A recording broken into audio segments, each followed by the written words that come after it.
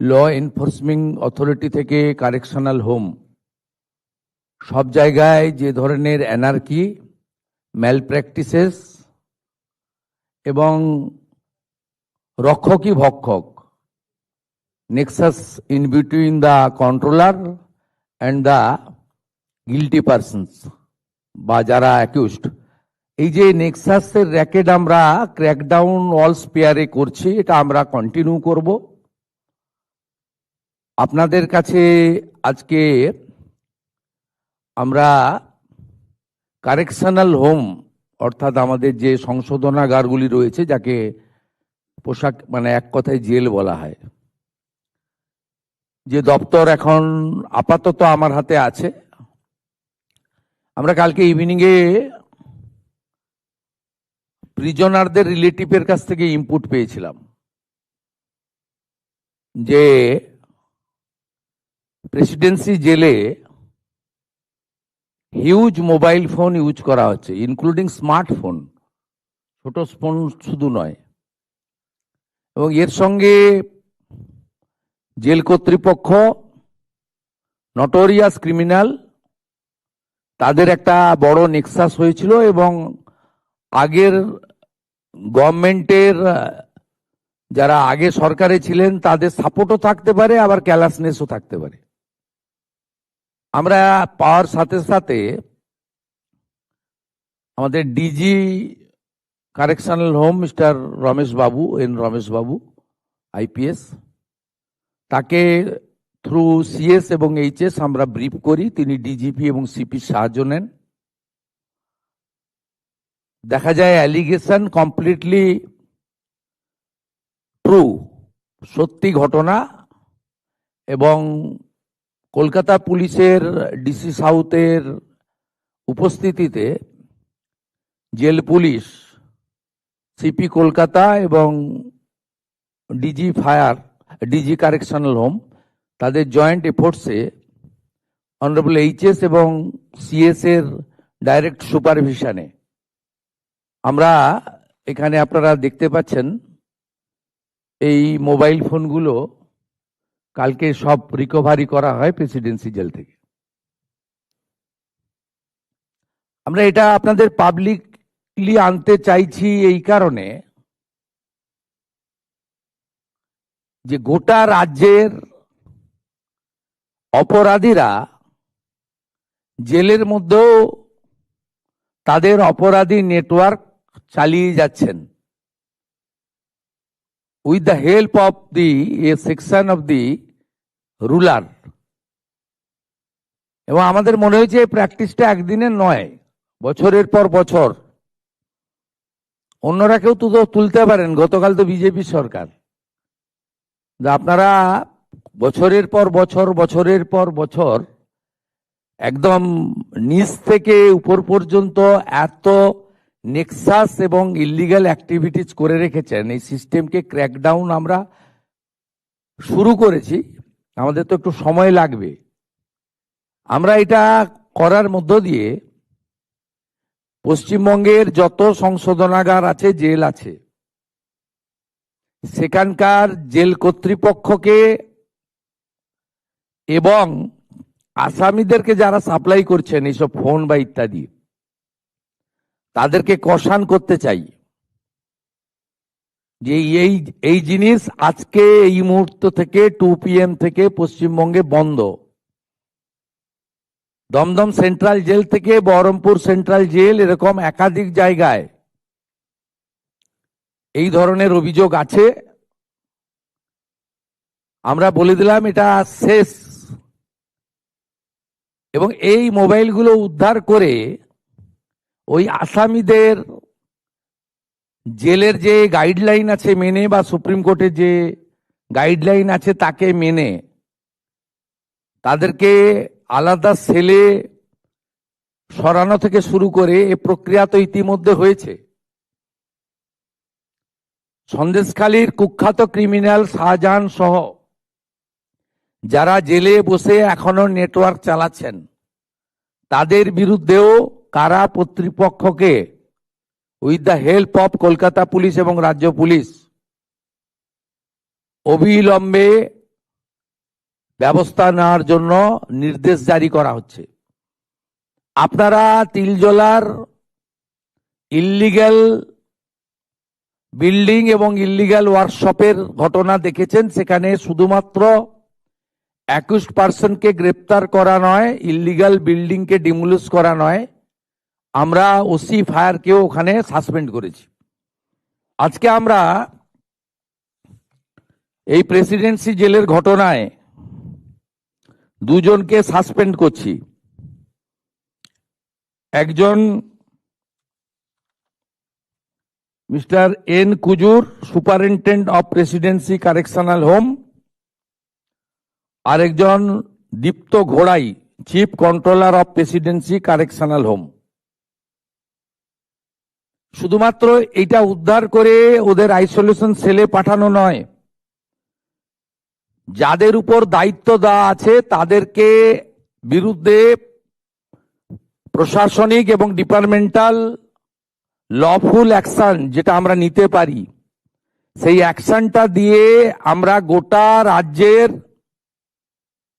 সমস্ত অথরিটি এবং আধিকারিকদের এই বার্তা দিতে চাই, এবার থেকে সাবধান এবং সতর্ক হয়ে আপনাকে যে দায়িত্ব দেওয়া আছে, আপনার যে অ্যাকাউন্টেবিলিটি রয়েছে, সেই কাজটা করুন। শুধুমাত্র 21% এগেনস্টে অ্যাকশন নয়, কর্তব্যে অবহেলার জন্য এটি একটি দ্বিতীয় বড় পদক্ষেপ তিলজলার ফায়ারের পরে।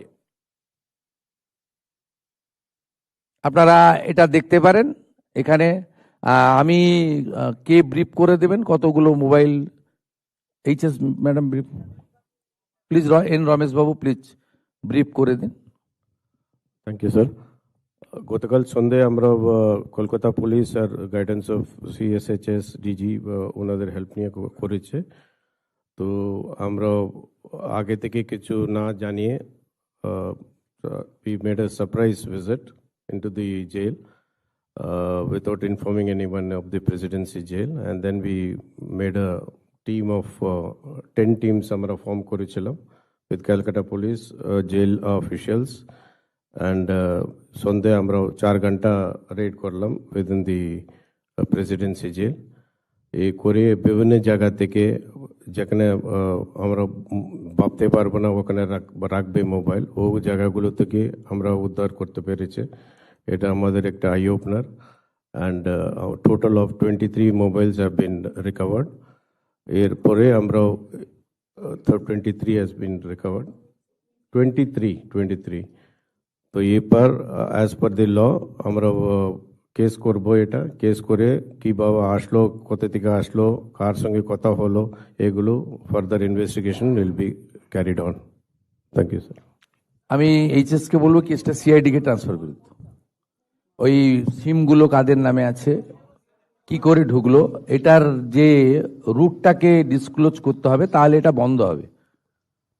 ওদের রেকমেন্ডেশন নিয়ে কেস সিআইডি কে ট্রান্সফার করে দিন।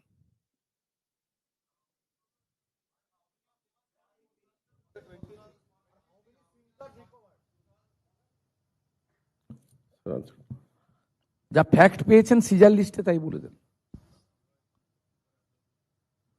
সব সিম ছিল তো, ইনক্লুডিং লিস্ট আপনাকে দিয়ে দেবো, ওখানে আছে, we will give it to you separately.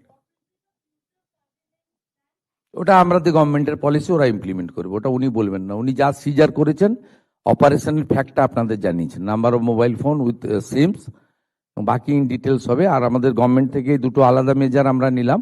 একটা হচ্ছে দুজনকে সাসপেন্ড করলাম, ডিপার্টমেন্টাল সাসপেন্ড, আর আরেকটা হলো আমি এইচএস কে দায়িত্ব দিলাম এই কেসটা। কারণ এই মোবাইল ফোন কোত্থেকে এসেছে, সিম কে কে ইউজ করেছে, কল রেকর্ডে কেউ জেলে থাকলে আপনি কথা বলতে পারেন না, আপনিও সমানভাবে দুষ্ট। আপনি জানেন মানে ওখান থেকে ফোন এসেছে, আপনি রিসিভ করেছেন, দ্যাটস অ্যানাদার থিং।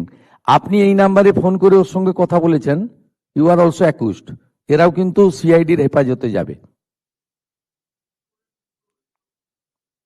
সেটার জন্যই আমাদের সিআইডি কে, বেঙ্গল পুলিশ এবং সিআইডি ইজ কম্পিটেন্ট। এতদিন কাজ করতে দেওয়া হয়নি, করেনি, এরাই করবেন, কাউকে লাগবে না। They have much more quality, please trust them. ওদের টাইম দিন, ট্রাস্ট দিন, কাজ করতে দিন, পেয়ে যাবেন রিটার্ন।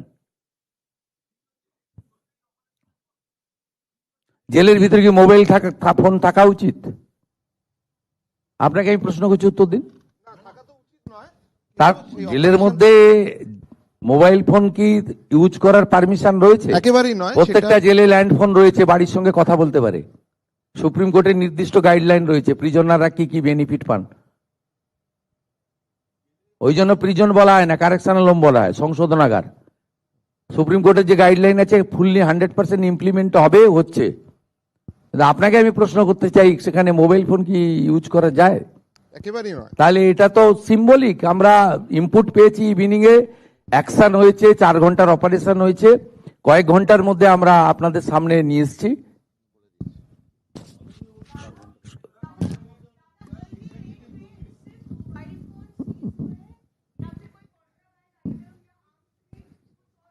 नहीं नहीं नहीं, mobile phone with sim, varieties of mobile phone with sims, ये सीज हुआ है, सीजर लिस्ट हुआ है, प्रोसीड्योर होता है इन्वेस्टिगेशन में, इससे ज्यादा नहीं बोलना चाहिए, ठीक है।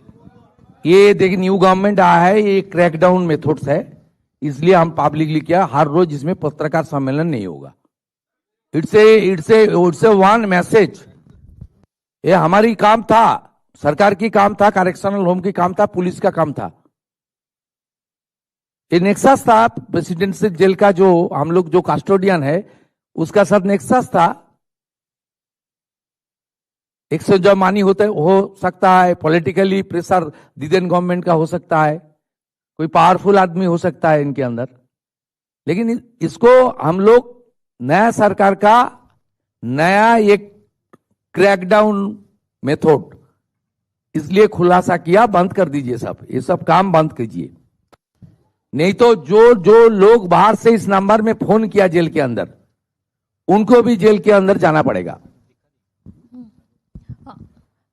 ठीक है। हमें हो गया सीएम सर एक सवाल है।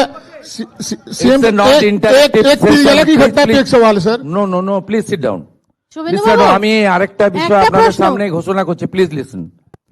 ঘোষণা করছি, আপনারা জানেন যে আরজিকর ইনসিডেন্ট, আমরা এমনিতেই সোমবার দিন ক্যাবিনেটে আপনারা অনেক সিদ্ধান্ত দেখবেন যে আমাদের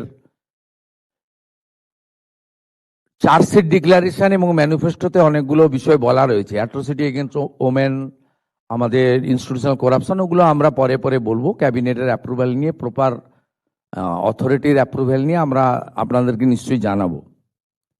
কিন্তু এজ এ হোম মিনিস্টার আমি চার্জ নেওয়ার পরে মাননীয় চিফ সেক্রেটারি, মাননীয় হোম সেক্রেটারির কাছে রিটিন চেয়েছিলাম যে কলকাতা পুলিশের আরজি করের ইনসিডেন্ট এবং তার পরের কিছু বিষয়গুলো নিয়ে কি কি তারা কিভাবে হ্যান্ডেল করেছেন।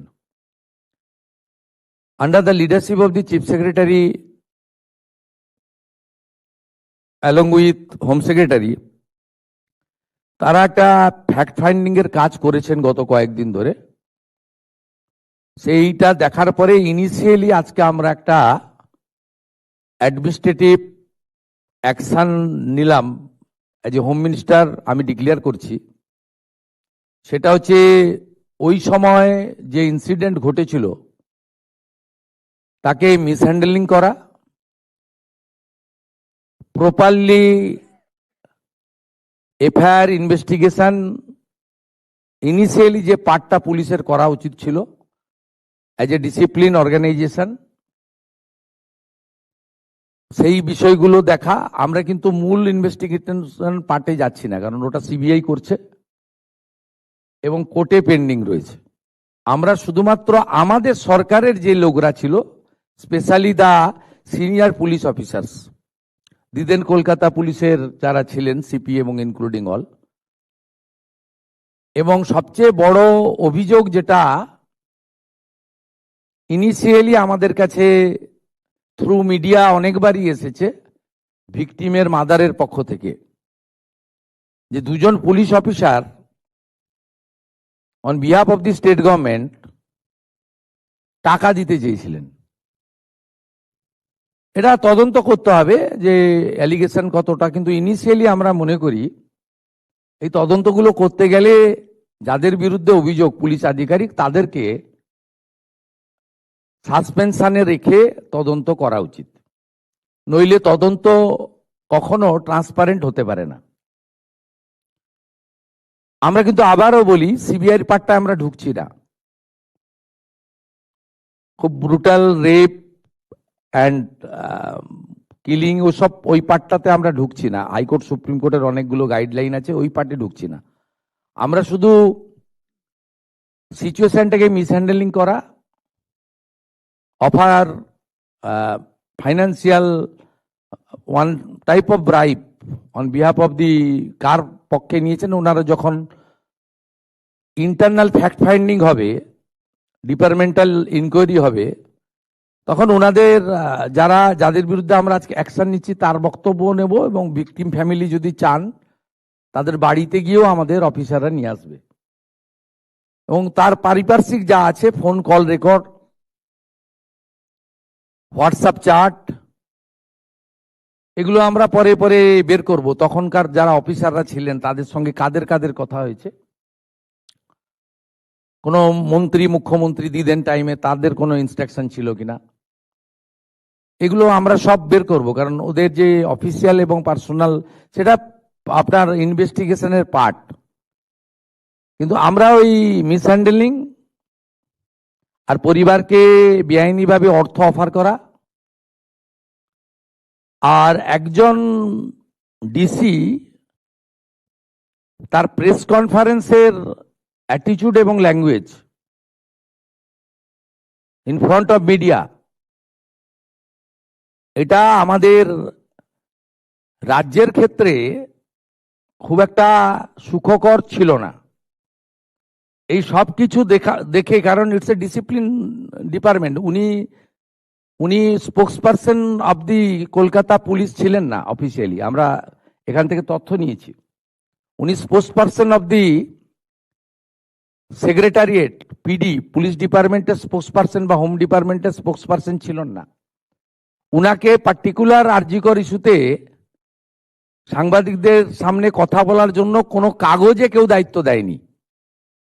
কেউ ভার্বেলি দিয়ে থাকতে পারে, সেটা কল রেকর্ডে বোঝা যাবে, কিন্তু উনার যে বক্তব্যের থ্রোয়িং, এটা নারী সমাজ, মাতৃশক্তি, আমরা সবাই তো ভারত পিতা বলি না, ভারত মাতা বলি। এবং অভয়া ইনসিডেন্ট আমাদেরকে নাড়িয়ে দিয়েছে গোটা পৃথিবীতে, এবং নিশ্চয়ই পশ্চিমবাংলার মান, মর্যাদা, গরিমা সব নষ্ট হয়েছে। ঠিক আছে, আমরা আরো অনেকগুলো মেজার নেব। আমরা আজকে 3 জন আইপিএস কে সাসপেন্ড করছি। মিস্টার বিনীত গোয়েল, উনি এখন এডিজি রয়েছেন আইবিতে,